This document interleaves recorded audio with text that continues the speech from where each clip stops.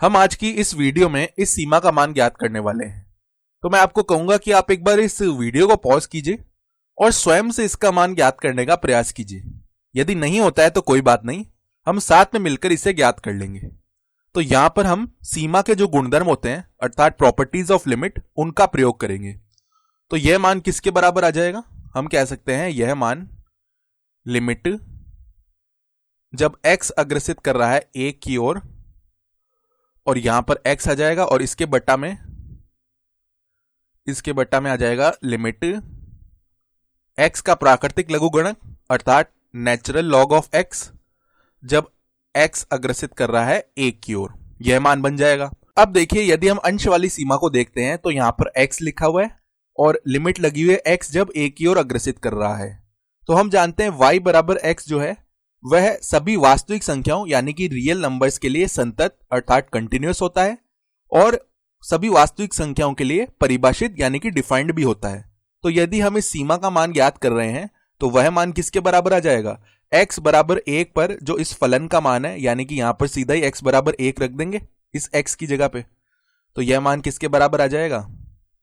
अंश में हमारे पास बन जाएगा 1 और इसके बटा में यदि हम हर में देखते हैं तो x का प्राकृतिक लघुगणक है और सीमा लगी हुई है जब x एक की ओर अग्रसित कर रहा है। तो हम जानते हैं x का जो प्राकृतिक लघुगणक है वह सभी वास्तविक संख्याओं के लिए परिभाषित तो नहीं होता और संतत भी नहीं होता, किंतु जब हम x बराबर 1 की बात कर रहे होंगे तो x का प्राकृतिक लघुगणक परिभाषित एवं संतत दोनों होता है। इसका अर्थ क्या है कि यदि हम इस सीमा का मान ज्ञात करना चाहते हैं तो हमें यहाँ पर 1 का प्राकृतिक लघुगणक निकालना होगा, यानी x बराबर 1 रख देंगे। तो यह कितना बन जाएगा? यहां पर इस मान के बराबर आ जाएगा, यानी x के स्थान पर हमने 1 रख दिया। अब देखिए, हम जानते हैं कि 1 का प्राकृतिक लघुगणक यह किसके बराबर आएगा? हम जानते हैं e की घात 0 का मान 1 होता है, तो इसका मान किसके बराबर आएगा? 0 के बराबर। यानी यह किसके बराबर बन गया? बराबर में लिख सकते हैं 1 बट्टा में 0 बन गया। अब यहां पर हमें एक कठिनाई का सामना करना पड़ेगा। कैसी कठिनाई? देखिए, यहां पर बट्टा में 0 बन गया है। यदि यहां पर 0 बट्टा 0 का रूप आता, यानी एक प्रकार का अनिर्धार्य, जिसे हम इंग्लिश में इनडिटर्मिनेट फॉर्म कहते हैं, उस प्रकार का रूप बनता, तब तो हमारे पास कुछ ऐसी विधियां हैं जिससे हम उसका मान आगे ज्ञात करने का प्रयास कर सकते थे। किंतु यहां पर 1 बट्टा 0 का रूप आ गया है जो कि अपरिभाषित होता है, यानी कि अनडिफाइंड होता है।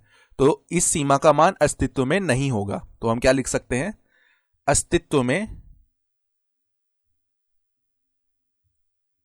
अस्तित्व में नहीं है। इस सीमा का मान अस्तित्व में नहीं है और यही हमारा उत्तर हो गया है।